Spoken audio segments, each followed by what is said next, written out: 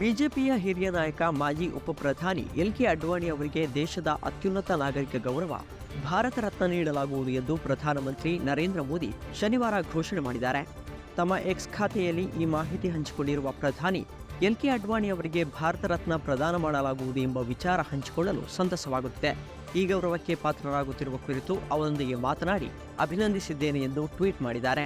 Advani ಜೊತೆಗಿರುವ photo ಹಂಚಿಕೊಂಡಿರುವ ಪ್ರಧಾನಿ, ನಮ್ಮ ಕಾಲದ ಅತ್ಯಂತ ಆದರಣೀಯ ಆಡಳಿತಗಾರರಲ್ಲಿ ಒಬ್ಬರಾದಂತಹ ಅಡ್ವಾಣಿ ಅವರು ಭಾರತದ ಅಭಿವೃದ್ಧಿಗೆ ನೀಡಿದಂತಹ ಕೊಡುಗೆ ಚಿರಸ್ಥಾಯಿಯಾದುದು ಎಂದಿದ್ದಾರೆ. ಲೋಕಸಭೆ ಚುನಾವಣೆಗೆ ಕಾಂಗ್ರೆಸ್ನಲ್ಲಿ ಆಕಾಂಕ್ಷಿಗಳ ಸಂಖ್ಯೆ ಹೆಚ್ಚಿದ್ದು, ಮುಖಂಡರ ಅಭಿಪ್ರಾಯವನ್ನು ಪಡೆದು ಲೋಕಸಭಾ ಚುನಾವಣೆಗೆ ಅಭ್ಯರ್ಥಿಗಳ ಪಟ್ಟಿಯನ್ನು ಶೀಘ್ರದಲ್ಲಿಯೇ ಸಿದ್ಧಪಡಿಸಿ ಟಿಕೆಟ್ ನೀಡಲಾಗುವುದು ಎಂದು ಮುಖ್ಯಮಂತ್ರಿ ಸಿದ್ದರಾಮಯ್ಯ ಹೇಳಿದ್ದಾರೆ. ದಾವಣಗೆರೆಯಲ್ಲಿ ಮಾತನಾಡಿದ ಅವರು, ಯಾರಿಗೂ ಟಿಕೆಟ್ ಕೇಳಬೇಡಿ ಎಂದು ಹೇಳಲು ಆಗುವುದಿಲ್ಲ. ಅಂತಿಮವಾಗಿ ಆಯಾ ಲೋಕಸಭಾ ಕ್ಷೇತ್ರದಲ್ಲಿ ಬರುವಂತಹ ಮುಖಂಡರು, ಶಾಸಕರು, ಸಚಿವರು, ಮಾಜಿ ಶಾಸಕರು, ಮಾಜಿ ಸಂಸದರು, ಮುಖಂಡರು, ಕಾರ್ಯಕರ್ತರ ಅಭಿಪ್ರಾಯವನ್ನು ಸಂಗ್ರಹಿಸಿ ಟಿಕೆಟ್ ನೀಡಲಾಗುವುದು ಎಂದು ತಿಳಿಸಿದರು. ಎಲ್.ಕೆ. ಅಡ್ವಾಣಿ ಅವರಿಗೆ ಭಾರತ ರತ್ನ ದೊರೆತಿರುವ ಬಗ್ಗೆ ಮಾತನಾಡಿ, ಭಾರತ ರತ್ನ ಕೊಡಲಿ, ಬೇಡ ಎಂದು ನಾವು ಹೇಳಿಲ್ಲ. ನಾನು ತುಮಕೂರು ಸಿದ್ಧಗಂಗಾ ಮಠದ ಲಿಂಗೈಕ್ಯ ಶಿವಕುಮಾರ ಸ್ವಾಮೀಜಿ ಅವರಿಗೆ ನೀಡುವಂತೆ ಕೇಂದ್ರ ಸರ್ಕಾರಕ್ಕೆ ಶಿಫಾರಸು ಮಾಡಿದ್ದೆ. ಆದರೆ ಇದಕ್ಕೆ ಮನ್ನಣೆ ನೀಡಿಲ್ಲ ಎಂದು ಬೇಸರ ವ್ಯಕ್ತಪಡಿಸಿದರು. ರಾಜ್ಯದಲ್ಲಿ ಲೋಕಸಭೆ ಚುನಾವಣೆ ಗೆಲ್ಲಲು ಕಾಂಗ್ರೆಸ್ ಕೋಮು ಗಲಭೆ, ದೇಶ ವಿಭಜನೆಯ ಚರ್ಚೆಯನ್ನು ಹುಟ್ಟುಹಾಕುವ ಕೆಲಸಗಳಲ್ಲಿ ಭಾಗಿಯಾಗಿದೆ ಎಂದು ಬಿಜೆಪಿ ಆರೋಪಿಸಿದೆ. ಈ ಸಂಬಂಧ ಸಾಮಾಜಿಕ ಜಾಲತಾಣ ಎಕ್ಸ್ನಲ್ಲಿ ಪೋಸ್ಟ್ ಮಾಡಿರುವ ಬಿಜೆಪಿ, ರಾಜ್ಯದಲ್ಲಿ ಲೋಕಸಭಾ ಚುನಾವಣೆ ಗೆಲ್ಲಲು ಕಾಂಗ್ರೆಸ್ ಮುಂದಿರುವ ಕಾರ್ಯತಂತ್ರಗಳು ಏನೆಂದರೆ ಕೋಮು ಗಲಭೆ ಸೃಷ್ಟಿಸುವುದು, ದೇಶ ವಿಭಜನೆಯ ಚರ್ಚೆಯನ್ನು ಹುಟ್ಟುಹಾಕುವುದು, ಕೇಂದ್ರ ಸರ್ಕಾರದ ಮೇಲೆ ಗೂಬೆ ಕೂರಿಸುವುದು, ವಾಕ್ ಸ್ವಾತಂತ್ರ್ಯವನ್ನು ಕಿತ್ತುಕೊಳ್ಳುವುದು, ಐಟಿ ಸೆಲ್ಗಳ ಮೂಲಕ ಸುಳ್ಳು ಸುದ್ದಿಯನ್ನು ಹಬ್ಬಿಸುವುದು, ಭಾರತೀಯ ಪರಂಪರೆಯನ್ನು ಅವಮಾನಿಸುವುದು ಎಂದು ಟೀಕಾಪ್ರಹಾರ ನಡೆಸಿದೆ.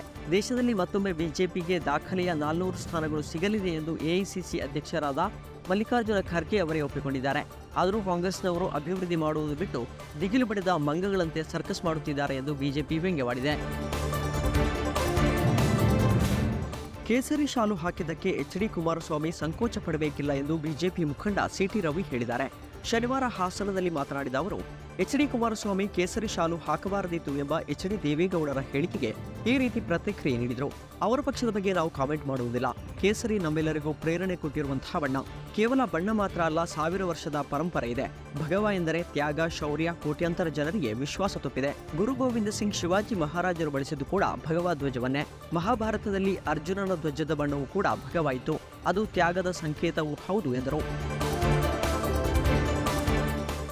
ಐಐಎಂ ಸಂಬಲ್ಪುರ ಹೊಸ ಕ್ಯಾಂಪಸ್ ಸೇರಿದಂತೆ ಒಡಿಶಾದಲ್ಲಿ ಸುಮಾರು 68,400 ಕೋಟಿ ರೂಪಾಯಿ ಮೊತ್ತದ ವಿವಿಧ ಯೋಜನೆಗಳಿಗೆ ಪ್ರಧಾನಿ ನರೇಂದ್ರ ಮೋದಿ ಶನಿವಾರ ಚಾಲನೆ ನೀಡಲಿದ್ದಾರೆ.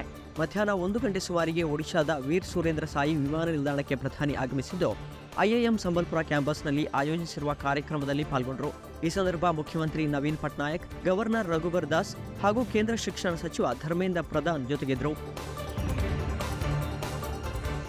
ಆಮ್ ಆದ್ಮಿ ಪಕ್ಷದ ಶಾಸಕರನ್ನು ಖರೀದಿಸಲು ಬಿಜೆಪಿ ಯತ್ನಿಸ್ತಾ ಇದೆ ಎಂಬ ಆರೋಪದ ತನಿಖೆಗೆ ಸಂಬಂಧಿಸಿದಂತೆ ದೆಹಲಿ ಮುಖ್ಯಮಂತ್ರಿ ಅರವಿಂದ್ ಕೇಜ್ರಿವಾಲ್ ಅವರ ನಿವಾಸಕ್ಕೆ ದೆಹಲಿ ಪೊಲೀಸ್ ಅಪರಾಧ ದಳ ಶನಿವಾರ ಬೆಳಗ್ಗೆ ನೋಟಿಸ್ ನೀಡಲು ತೆರಳಿದೆ ಎಂದು ಅಧಿಕಾರಿಯೊಬ್ಬರು ತಿಳಿಸಿದ್ದಾರೆ. ಉತ್ತರ ದೆಹಲಿಯ ಸಿವಿಲ್ ಲೈನ್ಸ್ ಪ್ರದೇಶದಲ್ಲಿರುವ ಮುಖ್ಯಮಂತ್ರಿಯವರ ಅಧಿಕೃತ ನಿವಾಸಕ್ಕೆ ದೆಹಲಿ ಪೊಲೀಸ್ ಸಹಾಯಕ ಆಯುಕ್ತ ದರ್ಜೆಯ ಅಧಿಕಾರಿಯ ನೇತೃತ್ವದ ತಂಡವು ತೆರಳಿದೆ ಎಂದು ಅಧಿಕಾರಿ ತಿಳಿಸಿದ್ದಾರೆ. ದೆಹಲಿ ಪೊಲೀಸ್ ಅಪರಾಧ ದಳ ಶುಕ್ರವಾರ ಸಂಜೆ ಕೂಡ ಕೇಜ್ರಿವಾಲ್ ನಿವಾಸಕ್ಕೆ ಭೇಟಿ ಕೊಟ್ಟಿತ್ತು. ಆದರೆ ಕೇಜ್ರಿವಾಲ್ ನಿವಾಸದ ಅಧಿಕಾರಿಗಳು ಅದನ್ನು ಸ್ವೀಕರಿಸಲು ನಿರಾಕರಿಸಿದ್ದರಿಂದ ನೋಟಿಸ್ ನೀಡಲು ಸಾಧ್ಯ ಆಗಿರಲಿಲ್ಲ ಎನ್ನಲಾಗಿದೆ. ವಿವಿಧ ಸಾಮಾಜಿಕ ಕಲ್ಯಾಣ ಯೋಜನೆಗಳಿಗೆ ಕೇಂದ್ರ ಸರ್ಕಾರದಿಂದ ರಾಜ್ಯಕ್ಕೆ ಬರಬೇಕಿರುವ ಬಾಕಿ ಅನುದಾನದ ಬಿಡುಗಡೆಗಾಗಿ ಒತ್ತಾಯಿಸಿ ಪಶ್ಚಿಮ ಬಂಗಾಳದ ಮುಖ್ಯಮಂತ್ರಿ ಮಮತಾ ಬ್ಯಾನರ್ಜಿ ಆರಂಭಿಸಿರುವಂತಹ ಧರಣಿ ಶುಕ್ರವಾರ ರಾತ್ರಿಯಿಡೀ ಮುಂದುವರೆದಿದ್ದು, ಶನಿವಾರಕ್ಕೆ ಕಾಲಿಟ್ಟಿದೆ. ಬಿ.ಆರ್. ಅಂಬೇಡ್ಕರ್ ಪ್ರತಿಮೆಯ ಮುಂದೆ ಶುಕ್ರವಾರ ಮಧ್ಯಾಹ್ನ ಆರಂಭಿಸಿದ ಧರಣಿ ತೀವ್ರ ಚಳಿಯ ನಡುವೆ ರಾತ್ರಿಯಿಡೀ ಮುಂದುವರಿಯಿತು. ಮಮತಾ ಅವರನ್ನು ತೃಣಮೂಲ ಕಾಂಗ್ರೆಸ್ ಪಕ್ಷದ ಮುಖಂಡರು ಹಾಗೂ ಕಾರ್ಯಕರ್ತರು ಬೆಂಬಲಿಸಿದರು. ಕೇಂದ್ರ ಸರ್ಕಾರವು ನರೇಗಾ ಸೇರಿದಂತೆ ವಿವಿಧ ಸಾಮಾಜಿಕ ಕಲ್ಯಾಣ ಯೋಜನೆಗಳಿಗೆ ರಾಜ್ಯದ ಖಾತೆಗೆ ಸಾವಿರಾರು ಕೋಟಿ ರೂಪಾಯಿಗಳನ್ನು ಬಿಡುಗಡೆ ಮಾಡಲು ಬಾಕಿ ಇದೆ ಎಂದು ಮಮತಾ ಬ್ಯಾನರ್ಜಿ ಹೇಳಿದ್ದಾರೆ. 48 ತಾಸಿನ ಧರಣಿ ಭಾನುವಾರದವರೆಗೆ ಮುಂದುವರಿಯಲಿದೆ ಎಂದು ಟಿಎಂಸಿ ಪಕ್ಷದ ಮೂಲಗಳು ತಿಳಿಸಿವೆ.